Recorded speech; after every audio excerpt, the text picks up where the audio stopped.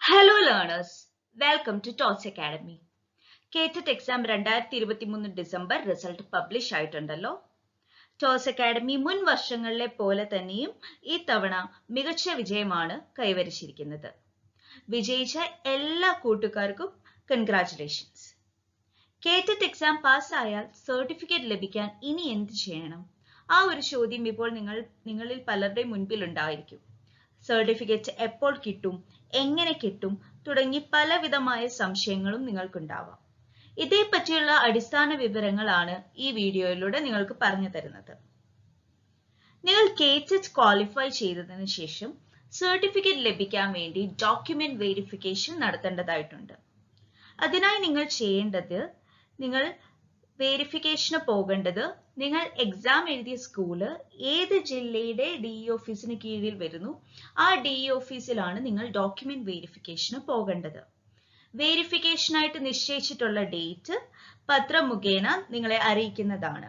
അതിനായി വാർത്ത ശ്രദ്ധാപൂർവം വായിച്ച് എന്നാണ് നിങ്ങൾക്ക് നിശ്ചയിക്കപ്പെട്ടിരിക്കുന്ന ഡേറ്റ്, ആ ഡേറ്റിൽ അതാത് ജില്ലയിലെ DE ഓഫീസിൽ പോയി ഡോക്യുമെന്റ് വെരിഫിക്കേഷൻ നടത്തേണ്ടതാണ്. ഓരോ ജില്ലയിലുമുള്ളവർ നിശ്ചയിക്കപ്പെട്ട ദിവസം തന്നെ ആവശ്യമുള്ള യോഗ്യതാ സർട്ടിഫിക്കറ്റുകളുമായി നിങ്ങളുടെ ജില്ലയിലുള്ള DE ഓഫീസിന് ബന്ധപ്പെടേണ്ടതാണ്.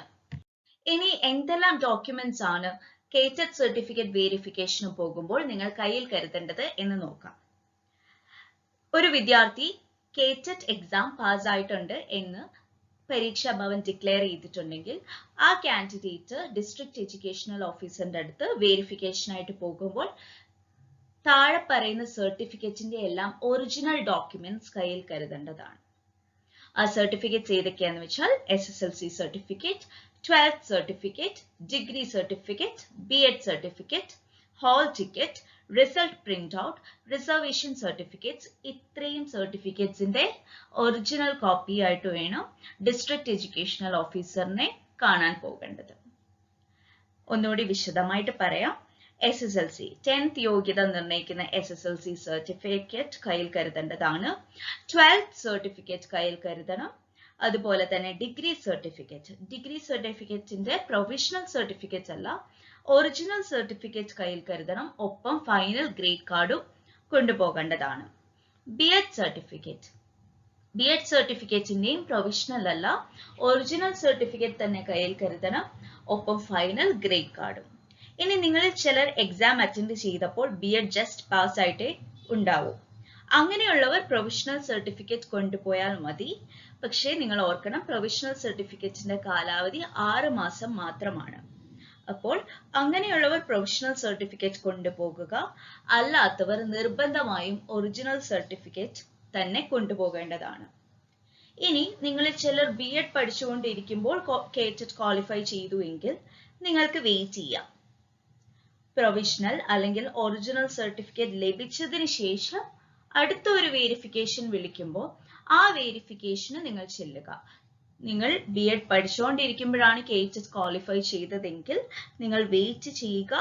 നെക്സ്റ്റ് വെരിഫിക്കേഷൻ, സർട്ടിഫിക്കറ്റ് ലഭിച്ചതിന് ശേഷമുള്ള വെരിഫിക്കേഷന് നിങ്ങൾ ഡോക്യുമെന്റ് വെരിഫിക്കേഷൻ ചെയ്താൽ മതി. ഇനി hall ticket signed by the invigilator നിങ്ങൾ കൊണ്ടു ചെല്ലേണ്ടതാണ്. അതായത് നിങ്ങൾ എക്സാം എഴുതാൻ ഉപയോഗിച്ച ഹാൾ ടിക്കറ്റ്, അതിൽ നിങ്ങളുടെ ഇൻവിജിലേറ്റർ സൈൻ ചെയ്തിട്ടുണ്ട്. ആ ഹാൾ ടിക്കറ്റ് ആയിരിക്കണം നിങ്ങൾ KTET സർട്ടിഫിക്കറ്റ് വെരിഫിക്കേഷന് കൊണ്ടുപോകേണ്ടത്. അതുപോലെ തന്നെ നിങ്ങളുടെ റിസൾട്ട് പ്രിന്റ് ഔട്ടും നിങ്ങൾ കൊണ്ടുപോകണം.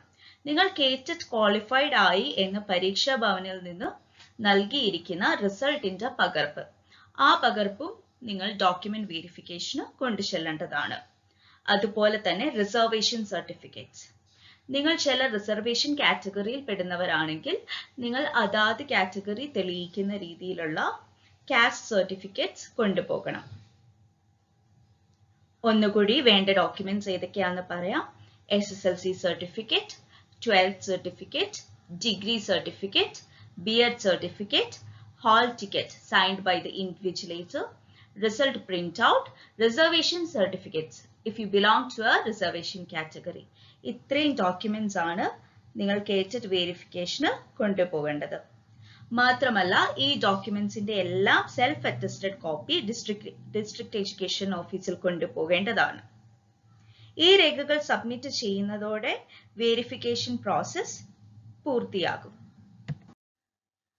ഇനി നിങ്ങൾ ഒന്നിലധികം കാറ്റഗറി ക്വാളിഫൈ ചെയ്തിട്ടുണ്ടെങ്കിൽ, ഉദാഹരണത്തിന് കേറ്റഡ് കാറ്റഗറി 2ഉം 3ഉം നിങ്ങൾ ക്വാളിഫൈ ചെയ്തിട്ടുണ്ടെങ്കിൽ, നിങ്ങൾ ഓരോ കാറ്റഗറിക്കും സെപ്പറേറ്റ് വെരിഫിക്കേഷൻ ആണ് ചെയ്യേണ്ടത്.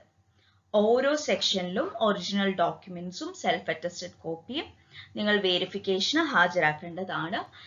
സെൽഫ് അറ്റസ്റ്റഡ് കോപ്പി അവിടെ നിങ്ങൾ ഏൽപ്പിക്കേണ്ടതുമാണ്. വെരിഫിക്കേഷൻ കഴിഞ്ഞാൽ ഏകദേശം 1 മാസത്തിനുള്ളിൽ തന്നെ നിങ്ങൾക്ക് കേറ്റഡ് സർട്ടിഫിക്കറ്റ് ലഭിക്കുന്നതുമാണ്. ഒന്നുകൂടി പറയാം, നിശ്ചയിക്കപ്പെട്ട ദിവസം തന്നെ നിങ്ങൾ ഏത് സ്കൂളിൽ എക്സാം എഴുതി ആ സ്കൂൾ ഏത് ഡി ഓഫീസിന് കീഴിൽ വരുന്നു അതാത് ഡി ഓഫീസിൽ പോയി നിങ്ങൾ വെരിഫിക്കേഷൻ ചെയ്യേണ്ടതാണ്. നിശ്ചയിക്കപ്പെട്ടിരിക്കുന്ന ഡേറ്റ് അറിയാൻ നിങ്ങൾ പത്രവാർത്ത ശ്രദ്ധാപൂർവം തന്നെ വായിക്കുക. നിങ്ങൾക്ക് പോകാൻ കഴിയാത്ത സാഹചര്യമാണെങ്കിൽ അതാത് ഡി ഓഫീസുമായി ബന്ധപ്പെടുക. നിങ്ങൾ പോകുമ്പോൾ മേൽപ്പറഞ്ഞ സർട്ടിഫിക്കറ്റ്സിന്റെ എല്ലാം ഒറിജിനൽ ഡോക്യുമെന്റ്സും സെൽഫ് അറ്റസ്റ്റഡ് കോപ്പീസും കയ്യിൽ കരുതേണ്ടതാണ്. ഇനി നമ്മുടെ ടോസ് അക്കാഡമിയിൽ കേറ്റഡ് 2024 കോച്ചിങ് മാർച്ച് 3 മുതൽ ആരംഭിക്കുന്നതാണ്. അഡ്മിഷൻ ഡീറ്റെയിൽസിനായി നിങ്ങൾ കോൺടാക്ട് ചെയ്യേണ്ട നമ്പർ 7510155485. എല്ലാ തവണത്തെ പോലെ കേറ്റഡ് കോച്ചിങ്ങിന് 150+ മോക്ക് ടെസ്റ്റും പ്രീവിയസ് ഇയർ ക്വസ്റ്റ്യൻസ് ഡിസ്കഷൻസും ഡൗട്ട് ക്ലിയറൻസ് സെഷൻസും റെക്കോർഡഡ് ക്ലാസ്സും നോട്ട്സും ലൈവ് സെഷൻസും ഒക്കെ ഉണ്ടായിരിക്കുന്നതാണ്.